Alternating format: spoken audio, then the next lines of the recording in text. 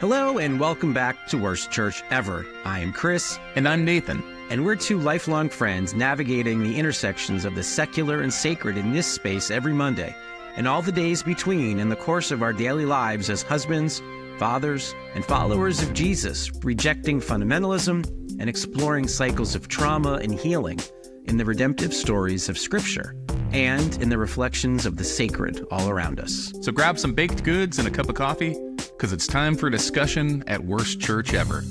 Add your thoughts and comments online, and don't forget to subscribe so we can keep the conversation going. Blessed are the poor, Nathan.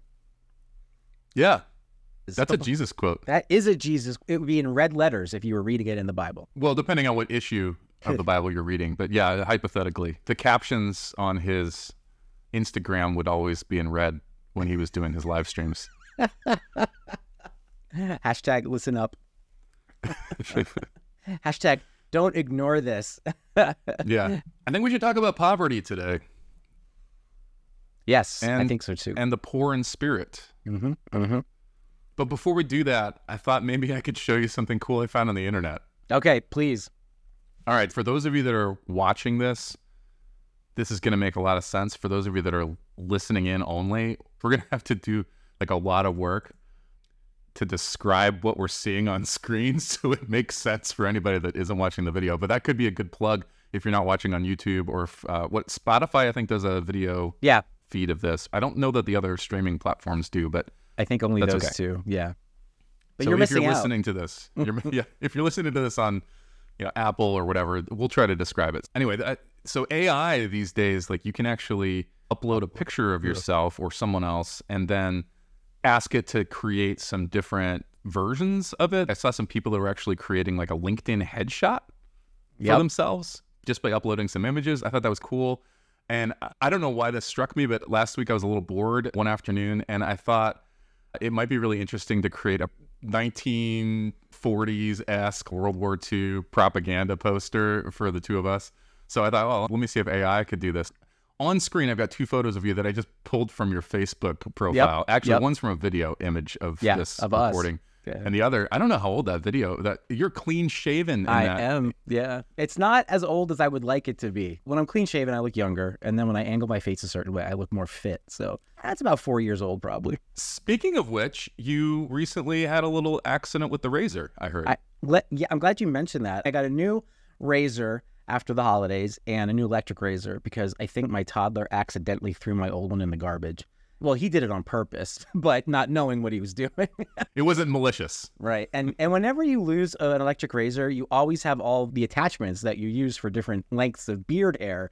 And you never throw those away just in case they might come in handy. But anyway, I got a new one and it was my first time using it and I was doing pretty well. And then I had a little misstep and I had a huge bald spot here. And it just looked so bad. So I was like, all right, let me trim down.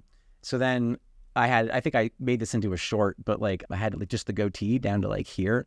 And my daughter came home from school and she hated it. She wouldn't even come on the porch to get into the house because she saw me because I was waiting for her on the porch. And those of you that can't see, 3 inches, like a 3-inch drop down off the chin. Is that thank you fair? That's fair, at least. Yeah.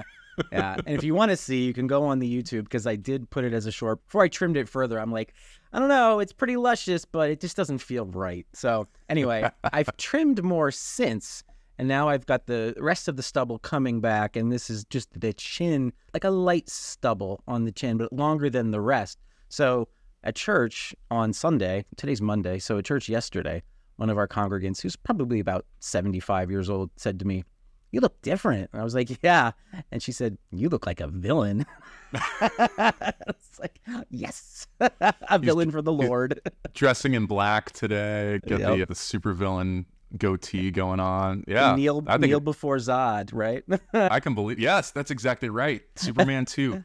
Yeah. My favorite, by the way. That was my first introduction to Superman. I saw Superman 2 before I saw the original Superman movie. Yeah, and I think I did too.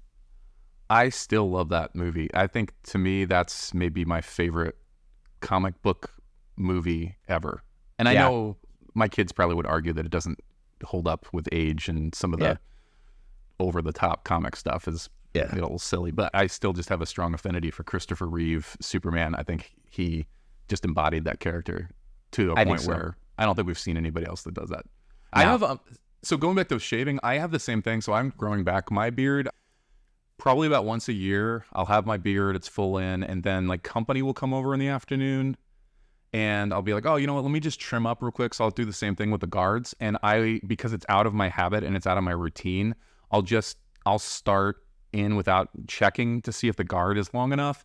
And then I'll just take a chunk. And I always start the same place. I start right there. Yeah. And so it's, okay, it gets us coming off. Same thing. Yeah. I'm growing mine back out now, but you'll see like occasionally if I don't have a beard anymore, it's probably because we had company.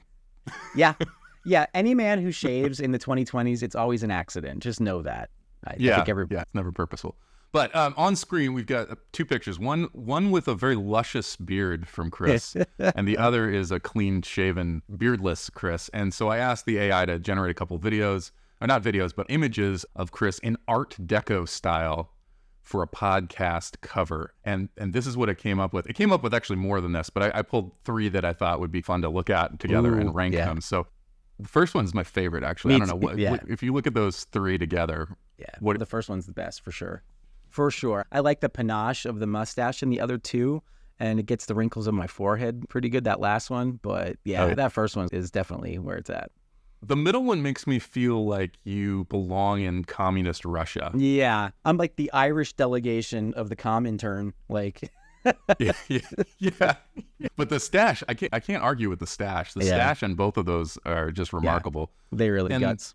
The pensive look on the last guy's face with those headphones on. Yeah. It's, 1942 and he's got those rocking headphones. So I thought that was pretty cool. So I love it. I love it. I don't know.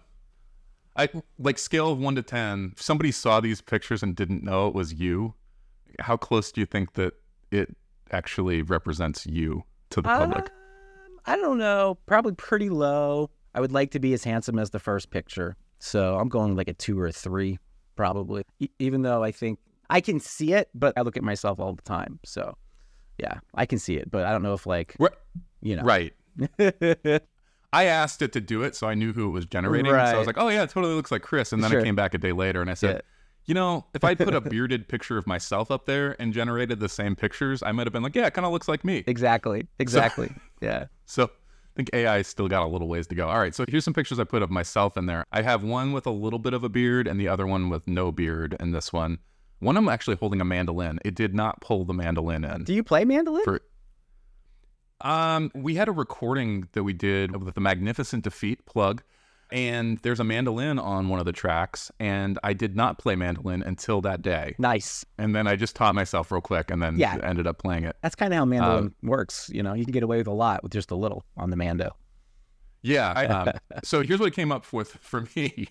It did manage to get headphones on all 3 pictures, which I thought was impressive versus yours. Yeah. You look like Captain America. I don't think I look like Captain America. Well, you do here. in real life. In real life, I don't. So I looked at these pictures and I'm like, I think, they're all right. I mean, they certainly are a handsome young man. Yeah. Steve Rogers, the original, or Steve Rogers with the superhuman serum in him? The middle one, he's definitely a super soldier. Look at that that wide face. He's got good. Yeah. That's maybe the first one is Steve Rogers pre-super serum. Or like in transition. Number 2 is like mid-career, and the third one, I don't know. That guy looks pretty old. Yeah, he does. I don't know if I'm that. Maybe I am that old. I don't know. It's like Steve Rogers from the last Avengers movie, where like he goes back in time and then lives his full life, and it's like mid-career. Yep. So anyway, I put those 2 together. I created a little worst church ever thing with you and me. This is our podcast propaganda poster from Art Deco. So it's got like the one that Chris really liked, and it's got the one of pre-super serum Steve Rogers, because I didn't feel like I could pull off the super soldier look. If you happen to be on YouTube or Spotify or Facebook or wherever there is a place to have comments, you can comment in how closely you think either of these pictures resemble us. Be kind, though, about us. Give it a 0 if you want, but be kind about us. Don't be like, oh, no, they're way too handsome to be you guys. Yeah. Don't do that. It's maybe true. That's uncalled for, though. I think that AI is remarkable in the way it's made its way into pop culture recently, especially with ChatGPT just kind of taking off. I look at a lot of the stuff that's generated, and I think it definitely, like, I think you said it pretty well. Like, that guy's a lot more handsome than I am. So I think there's a lot of people that have these LinkedIn profiles where it looks close enough and better looking than they actually are. So maybe in the picture in your head of what you look like, it definitely does that. I don't know that it's there yet where it's going to replace photographers, though. Yeah, at least not yet. But it is interesting. We haven't really covered this on the podcast so far, but the better this stuff gets, the more likely it is that there is going to be some displacement. So I said photographers. I know that there's some other use cases that people have been using for AI. I heard about somebody that submitted case briefs, and AI, ChatGPT, ended up citing legal precedents that didn't exist. So yeah, I think there's still fact checking that needs to go on, but I think the better this stuff gets trained, there is this idea that maybe some of these things, like I know a lot of artists are really worried about, is this infringing on intellectual property that they've actually created and now it's just stealing it and changing it? Right. Which I can understand that, but I also think that that's what everybody does anyway. Like, I look at a piece of artwork and I just go, oh, that's really a cool idea. I'm going to do something like that. And sometimes that's plagiarism and other times it's just influence. Yeah, for sure. I don't know. What do you think? Is AI going to displace a lot of us? It'll displace a lot of what we're doing. So a lot of things that we do now that are inefficient or that are just busy work, I think will go to the AI. And what remains to be seen is, what does that mean in terms of viable employment? What will people be doing that used to do those time-consuming things, administrative things, even creative things, now being farmed out to somebody you don't have to pay? How will the work shift? So I just saw an article this morning that Bill Gates, it was like, where Bill Gates thinks AI will take us in 5 years. And he says, yeah, everybody's worried about displacement. It's going to affect at least 40% of the workforce. But in like the early 1900s, we had the Industrial Revolution, and we had the beginning of the industrialization of agriculture. And that, he said, that changed a lot of people's jobs, but they just found other places to go within the ecosystem that was made more efficient by the new technology. So I think that's an optimistic view that, okay, we'll have a new ecosystem with jobs that we've never even thought of before that will be needed to help manage this AI. But I don't know how realistic that is. I don't know. I hope that happens, because AI is not stopping. It's only going to get more and more efficient. It's only going to get better and better. So if there are places where humans can be the gatekeepers or whatever it is to guide and shepherd the AI, then great. If not, then we need universal basic income because we're all going to be out of work and it's going to be bad. So I don't know where I fall on what's most likely. I think we tend to over-dramatize the bad that's coming while also ignoring catastrophic issues that are bad, like poverty, like climate change, all these other things. I guess probably somewhere in the middle. I do think that there's going to be a need for us to relearn a lot of things and learn like how to work in a world where there's shortcuts. I had a good conversation with my sister about this, and she works in the education world. She's a professor in education specifically. Actually, she's a dean now. Wow. She's not just a professor, she's the dean. Good for her. And we were talking about education, we were talking about ChatGPT and just the idea of like, you know, you're coming to college to prepare for the next role, and how do you potentially use or not use some of these tools and technology in an ethical manner when you're learning? When you're young and you're doing math, so let's skip away from ChatGPT for a little bit and let's just talk math.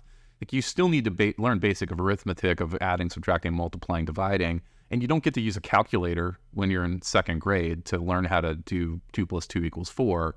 At some point in time when you learn the basic mechanics of math, though, they start incorporating calculators. When we got to 8th grade and we were doing algebra, we were allowed to use some graphing calculators and some basic scientific calculators.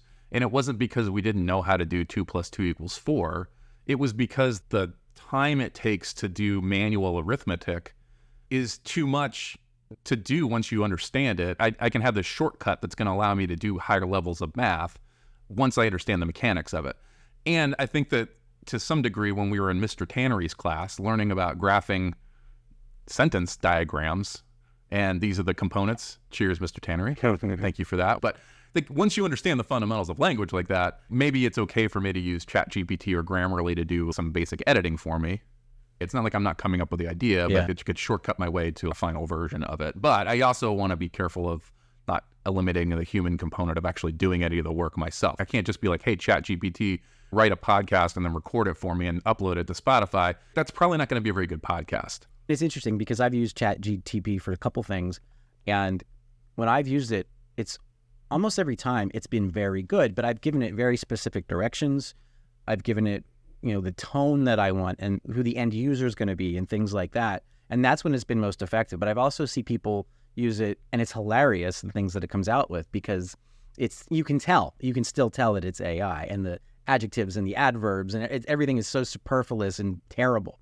But there are a lot of things that are undetectable if the person's really good at putting in the prompts. So one of the areas that I think about in the arts, you mentioned the visual art side, but in literary art, I was looking at a poetry competition the other day, and it was calling for poems that had been published previously in other journals, and they want to reprint your best poem that was published somewhere else, and you could win $2,500. So I had a couple poems that were published in the last couple of years during the pandemic. I was like, I might do this.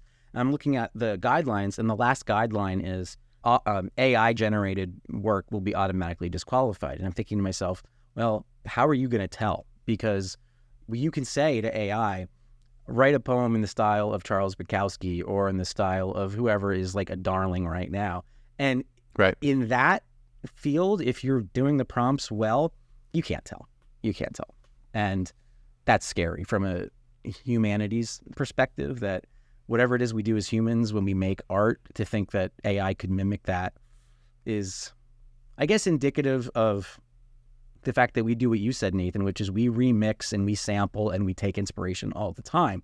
How did I learn to write? Well, I read a lot, How did I find my voice? I listened to other people's voices. So AI is doing that at an exponential level, but at what point does it stop being human? At what point is it not just the uncanny valley, but it's like a valley of, I don't know, artistic despair, because why even bother? Because no one can tell what's real. So I guess the question is, I don't think that art survives when people are just putting prompts into ChatGPT, because I think people get bored with that at some point in time. That may be an end to an enterprise, but I can't imagine that's very fulfilling for an artist. Putting as somebody who appreciates making music, I can ask ChatGPT to write me a guitar like solo or something like that, but it's not as fulfilling artistically as coming up with it on my own.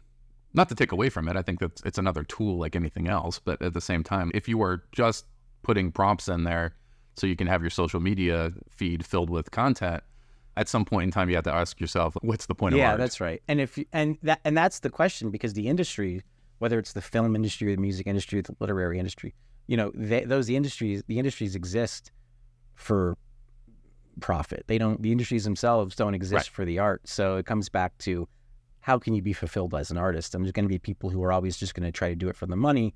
But what you're talking about is something very different, which is, why do we do what we do? It's for the fulfilling piece that touches us at the very human points of creativity. And people who are artists won't be satisfied with those shortcuts. You're exactly right. So art will persist, but the commercialization and the shortcuts and the everything else will probably increase. I don't want to say exponentially. That's a little dramatic, but it will increase a lot.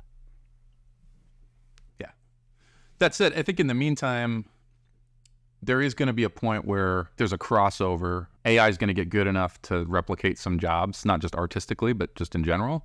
And then we won't necessarily have gotten to the point where we're ready to take on new jobs yet. And I do think that there is a displacement effect that's going to happen. And I think it will affect certain people in a bigger way than others.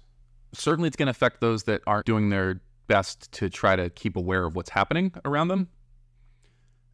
But I want to be careful and say that that's not something we can universally accept as a default, that everyone can just go out and get retrained on everything. Because if let's say you're working 3 jobs because you need to make ends meet, when do you have time to think about how you're going to reinvent yourself? So there is a level of which there's also an appreciation I have. There's some people that are just willingly just look away and hope that they can skate through the rest of their career and get by without having to change anything. for those folks, best to you. I hope that that works out. And I mean that sincerely, but I think there's another level of people that like just maybe not even have the opportunity. There's just a demand of that much like intellectual capital to redefine yourself and access to the time to do that isn't necessarily available to everyone. And I know we've talked about just having families being very pressed for time and prioritization, and at what point in time do I have the time, so to speak, to do all the things that I'd like to do just personally and also find the time to redefine that. I do think that there's something coming where it's going to be a lot of folks that find themselves scratching their head about what's next. Yeah. And I hope it doesn't happen without a paycheck. It's well said. I think that's scary. We talked about poverty earlier all week. Actually, we've been passing back notes on poverty, but part of the reason that this topic came up is I had the opportunity to listen to Paul Ryan speak a few weeks ago. It was sort of a surprise. I was on a conference call and he had been invited in as a guest speaker. I didn't even realize that he was one of the guest speakers, and all of a sudden he's talking. And I thought, oh my goodness, like Paul Ryan. And I haven't actually thought about Paul Ryan since he lost. Yeah, it's been a number of years. So he fell off the radar, and suddenly I'm like, oh, this guy's back. I was interested in what he had to say because he started by talking about how poverty is one of his primary things that he wants to fix. He's from the Midwest. He's from areas of the country where this displacement effect that we're talking about with AI has been going on for a lot longer, because a lot of factory jobs and blue collar work has moved to either overseas or has just gotten so much better and more automated that it has displaced quite a few people. And so he represents areas where there have been displacement effects that have caused not just temporary poverty, but lingering effects of poverty in the community. And so I think it is an important issue for him. And it was surprising for me because I have not spent enough time thinking about Paul Ryan to realize that was one of his main goals. Yeah, nor I. And I guess surprising to me for a couple of reasons. Not that conservatives don't think about poverty, but it's not the thing that you think about when you think about conservatives, at least not recently. So to hear somebody that's in the conservative mindset saying poverty is one of my top priorities and that's something we need to fix and solve. He was talking about how one of the things that he does is sits down with people on the other side of the political spectrum and just talk until you find something in common. What a pre-2016 way of doing things. Yeah. Talk until you find something in common, and then you can proceed from there. I thought that was a great place to kick off this talk about poverty, because here's something we have in common, no matter if you're more of a progressive or you're conservative. I think the issue of poverty is probably one that we all think about. Maybe not, it's not maybe pervasively so, but I think we do think about it. And so to say, okay, whether or not your ideas are the same, like that's a good place to start. So let's talk about poverty and just figure out what happens in that conversation. And then obviously social change or legislative change or political change could potentially fall out from that. But I think regardless of that, that's, I think, just maybe an area that I thought we might want to just spend a little bit of time talking about today. What do we do about poverty? And specifically in a spiritual setting, like why is poverty so important for us to think about?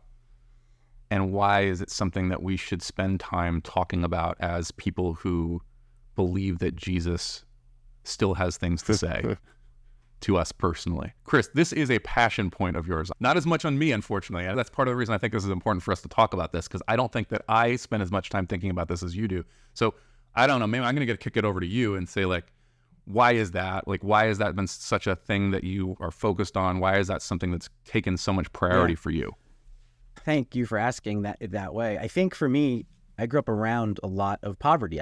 My family wasn't in poverty by any means, but I grew up just knowing a lot of people who were, and knowing a lot of people who, even though they're working, they're still caught in cycles of poverty. And a lot of that has to do with being in a family business where even though you may be successful, a lot of the people that you have business relationships with or that you employ or whatever have really rough situations. So I grew up exposed to that and appreciating that you can work really, really hard and still be left behind in the system the way it is.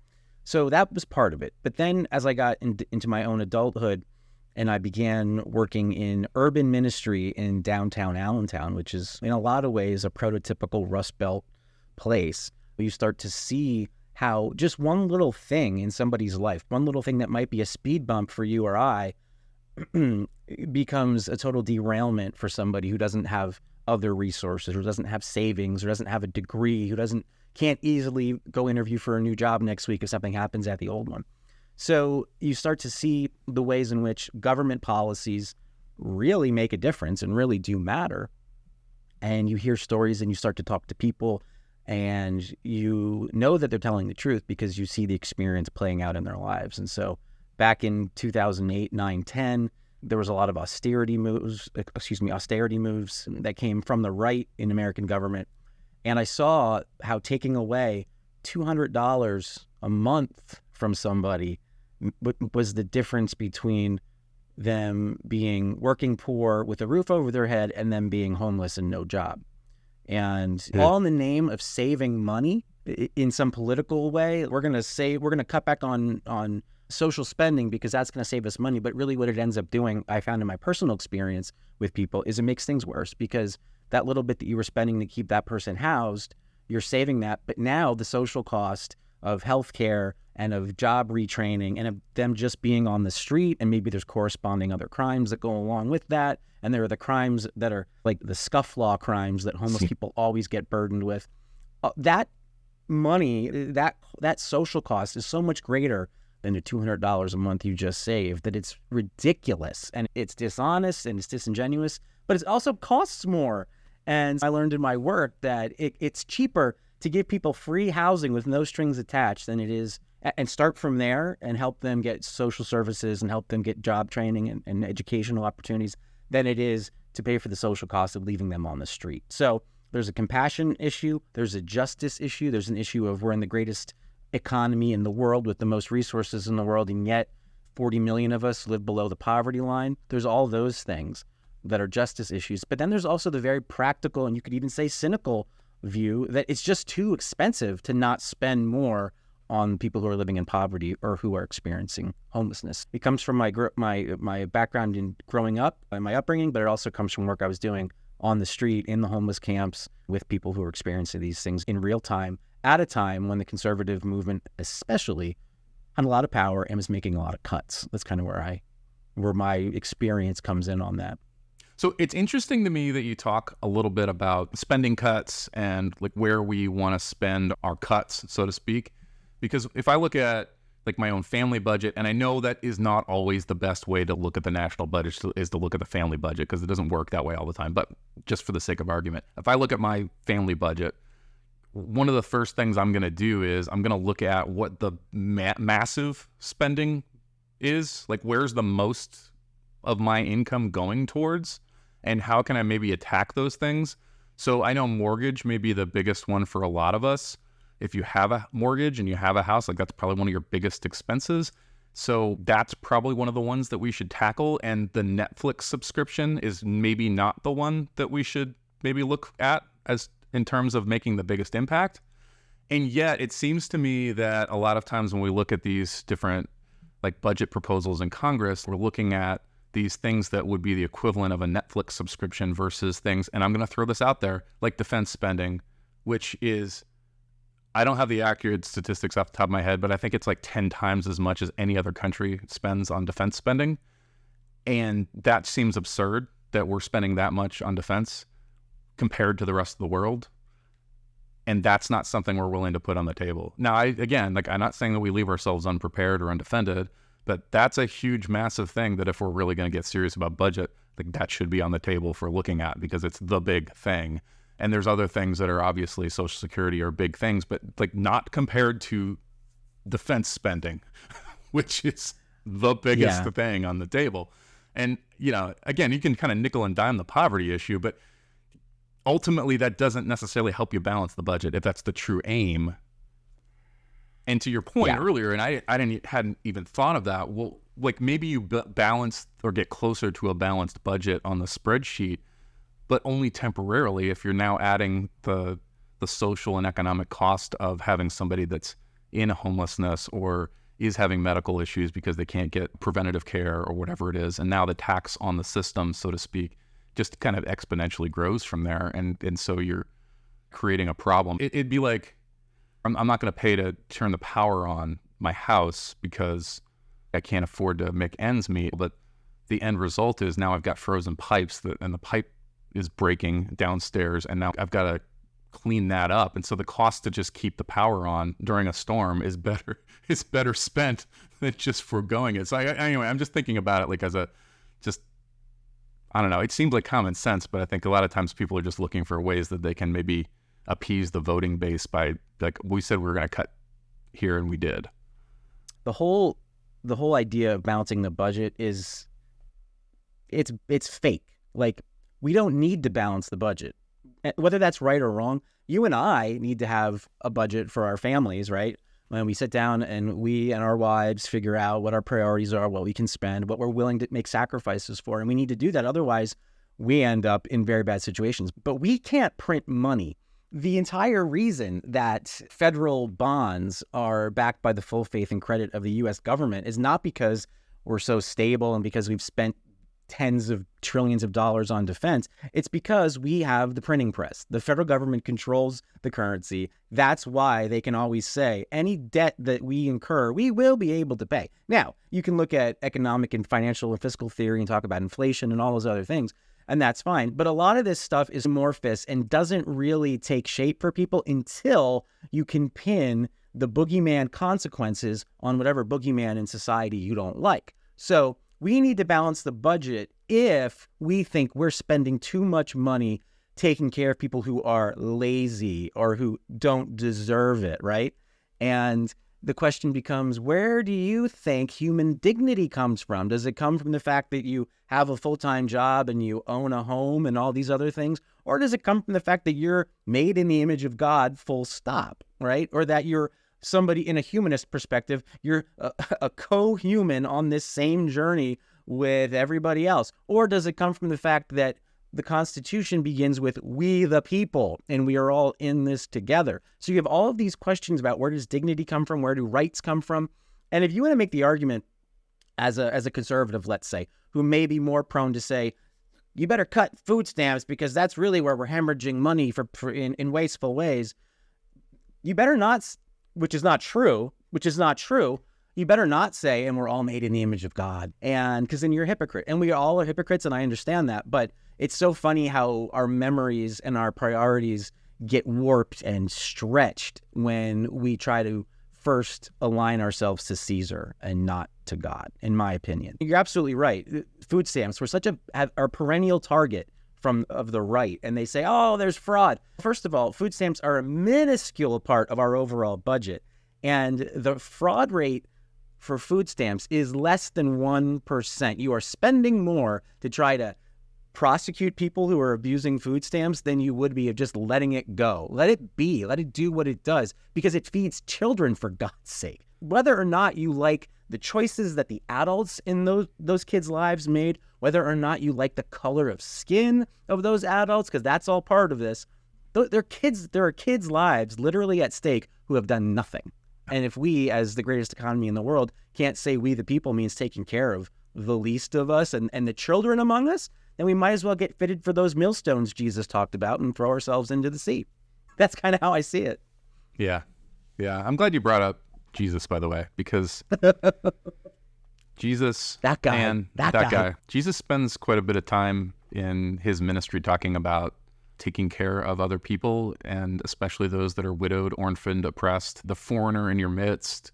Sojourners actually had a list of all the different scriptures or the different verses in scripture that address the idea of poverty or justice, because those two often go together. And there was more than 2,000 references, Chris. More than 2,000 different references in scripture. Not all of them were directly related to like do this for the poor, but they were relating to the idea of like the personal and also societal obligation that we have to care for other people.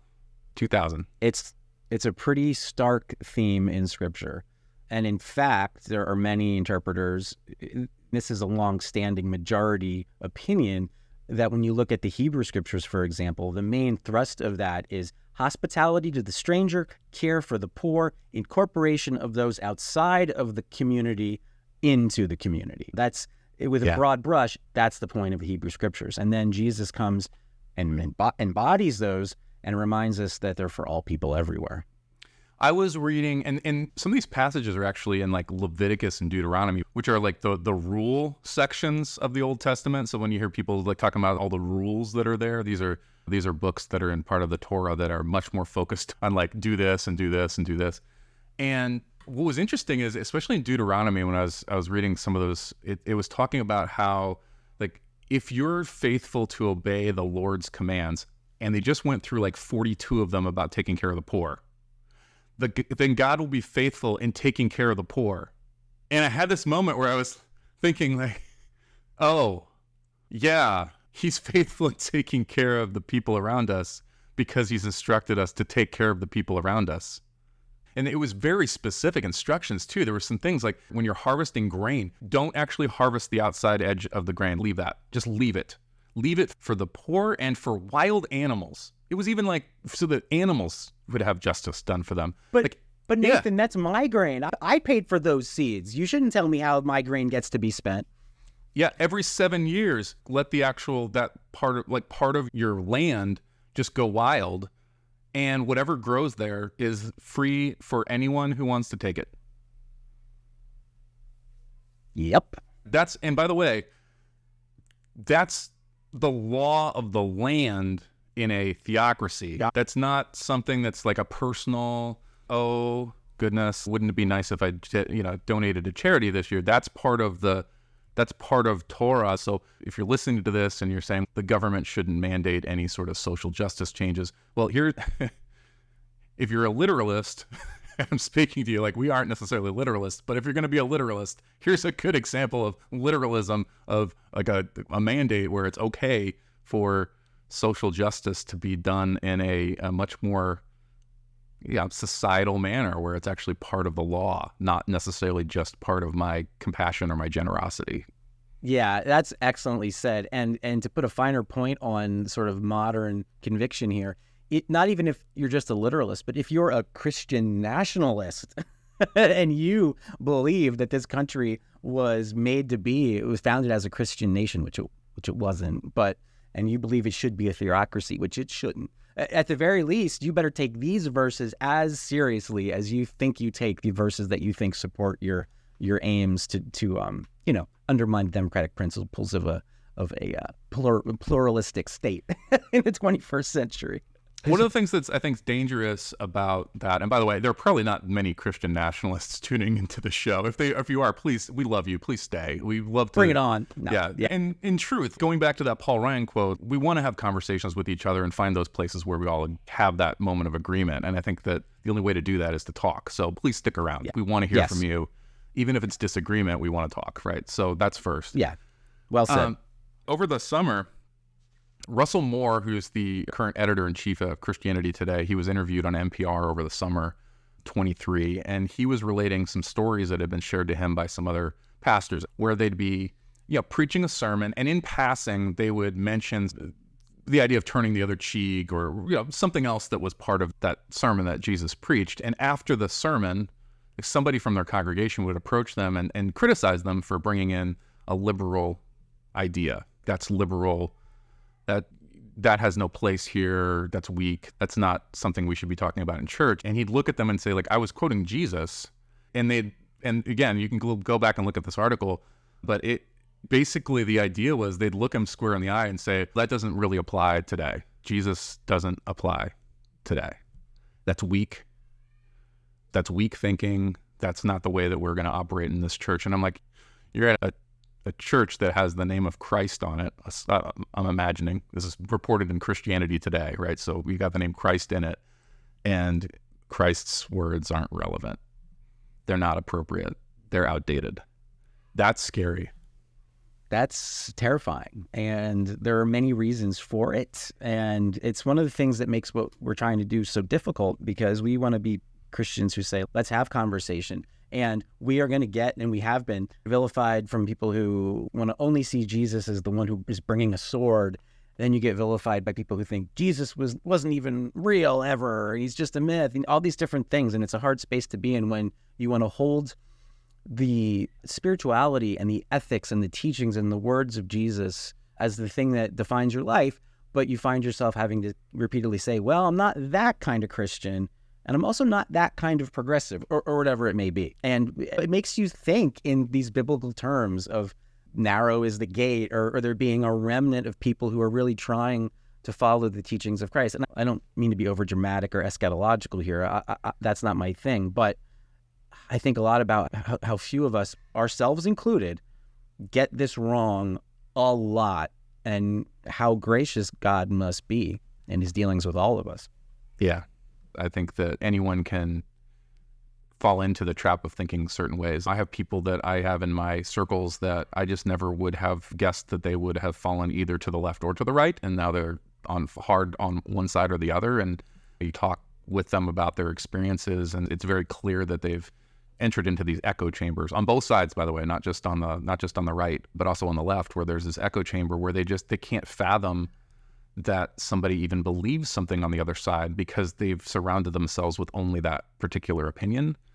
And so they just can't see that. And so there's a sense of grace that we have to give to somebody that's put themselves in a corner where all they're seeing is whatever's right in front of their face, and to have kindness towards that as well, and say, Jesus is inviting us into to turn around, to repent, right?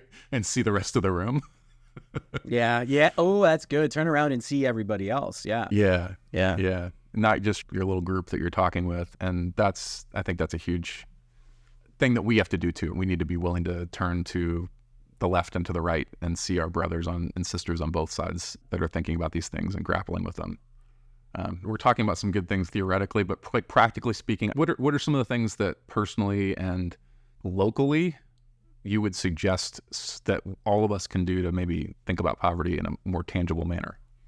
Yeah, that's a good question. And it's tricky because the immediate response is something like give more to the charitable organizations that are trying to bridge the gap on the ground, right? But I said it in a YouTube short earlier in the week or last week.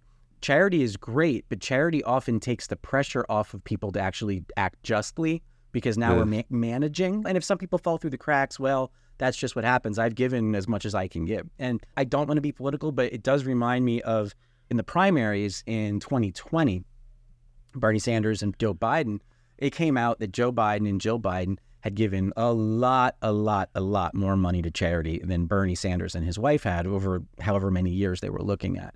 And Bernie Sanders said, well, Joe and Jill do what they do and we do what we do. And I thought to myself, that could be seen as a cop-out. But what Bernie and his wife do, they have for 60 years worked for systemic change, And I don't know that the same can be said on the same scale for the Biden-type Democrats, right? So Sanders has this understanding that getting to justice, working hard for justice and doing what you can and pouring everything into that is maybe in some cases or some ways better than sustaining a charity model that also helps perpetuate the broken system. Okay. That's a little bit of a radical statement to make. Although I did just read a statement by Mark Sandin, who is one of the leaders of progressivechristianity.org, and he said, no one called me a radical until I stopped taking the Bible literally and started taking it seriously, which is kind of what the show is about, however that shakes out politically, like at a very basic level, it's about taking the Bible seriously, but not necessarily literally, right? So anyway, the reason I bring all that into this question and to this answer is because it's a both and. We have to advocate, we have to call our state reps, and you have to call City Hall, you have to call your city council people, you have to write letters, you have to do all those things. But you also, if you can afford to, do need to invest in charities that make a difference in people's lives, because sometimes the difference between being housed and being homeless is $100 or $200 once or twice in a person's life. And that's the real injustice, Nathan. That's the real proof that our system is broken, that there are systemic issues, that you can be so-called working poor and a couple things don't go your way that are beyond your own control, and you may end up on the street. So we do have to support those organizations and learn about what their needs are, but also learn why those needs exist and why have they persisted for so long. It's not the case that America was destined to have 38 million people in poverty. It's not the case that we were destined because of capitalism or because of our political system to have a situation where of those 38 million people in poverty, all of whom are food insecure. On top of that, 2/3 more of the people in this country who report being food insecure are above the poverty line. These things are fixable, and these things have a history. When we opened the food pantries and the soup kitchens in the late 70s and early 80s, because poverty had gotten out of control, we thought they'd be temporary measures and temporary fixes until things got more normal and more like we remembered them as Americans, as middle-class Americans. Those soup kitchens and those food pantries have never closed in 50 years. And you can look again at statistics and look at the changes in wages going very flat and productivity going very high. All these things play a role, but educate yourself first and foremost about the reasons. Take off your political lens from left or right or middle or moderate and educate yourself, figure out why this is, and I would say abandon this idea of who deserves what. We all deserve dignity. We all deserve a chance and a second chance and a third chance. And guess what? Our kids who are at no fault in any of these broken systems, they deserve a fighting chance. So if we're going to be the greatest nation in the world, if we're going to make America great, whatever you want to call it, pay attention to the people around you that have the least. Figure out why, and then put your money where your heart is, but put your hands and your feet into it too. So that's a vague answer, but there's also a lot of specifics, I think, in that vague answer. Well, I think it gives everyone the autonomy to do what they feel called to, maybe? Is that a fair way to put it? Yeah. One thing I should also say in this is, the bulk of my experience has been with the white working class who are very poor and who are experiencing homelessness or on the brink of homelessness. Many of those folks are also part of the opioid epidemic, though not necessarily so. But I also imagine that a lot of the people Paul Ryan has in mind fit a similar profile to the people that I know, because I'm in Pennsylvania, and that's, one of the hearts of the Rust Belt too. So we have not said, and we don't have time in this episode to do any kind of justice, the fact that also systemically, African Americans especially, there's a whole host of reasons that people in that community may be in poverty that have to do with things that a lot of white people in poverty do not experience or have not historically experienced. And namely, in a very succinct way, it's called slavery and the ramifications thereof. I do need to say that. I don't want to seem oblivious to that, but that's important to think about. And we need to spend some more time unpacking that one as well. But the way you address both may not be the same. And at least the way you talk about root causes will be different. For the Black community, they literally had 400 years of capital stolen from them. That's a different cycle of poverty than maybe what people who haven't experienced that have. Although there are a ton of ways in which the current manifestations of poverty, no matter what the origins are parallel and are the same. And that's why a lot of people sometimes overlook race, because they look at class and they say, look, wherever the origins of this were, you're all in the same boat now. You have far more in common than you have that separates you. That is true. However, I think, speaking as a white man, it seems to me that achieving full justice, even economic justice for the Black community, requires an intentional dismantling of racism that doesn't necessarily exist when you talk about dismantling poverty in other groups.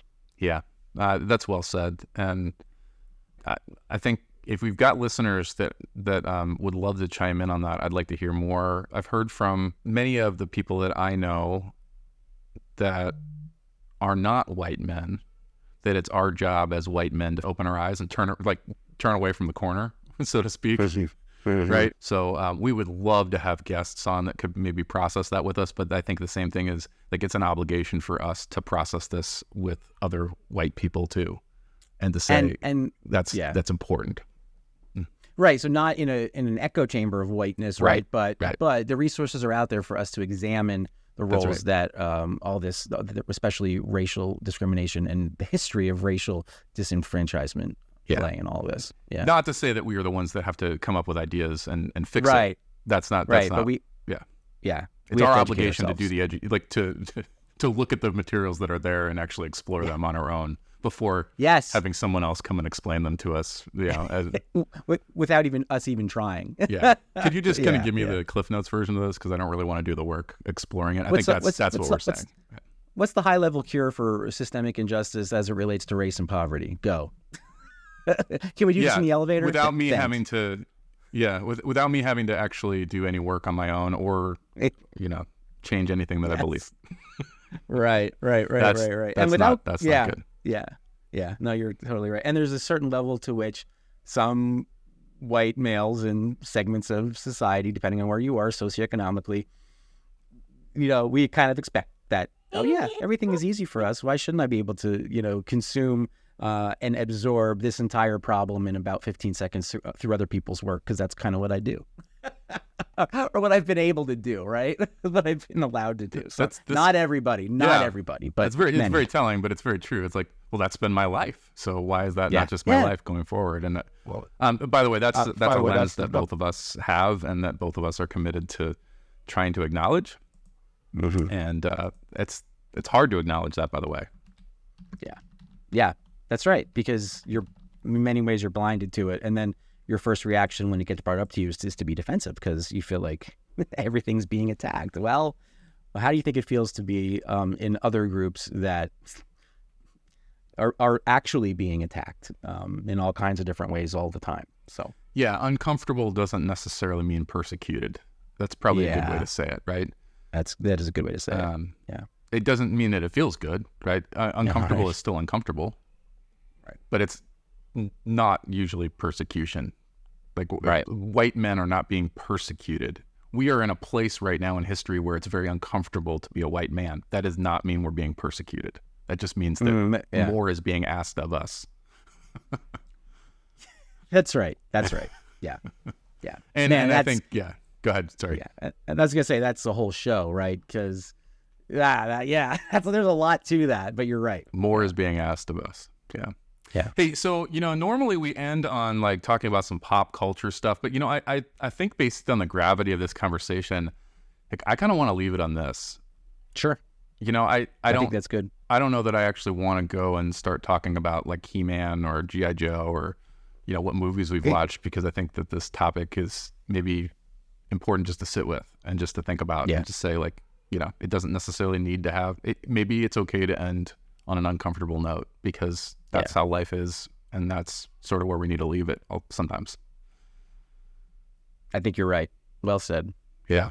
So until next time, thanks for joining the worst church ever, where things get uncomfortable at the end, and we're okay with that. There you go.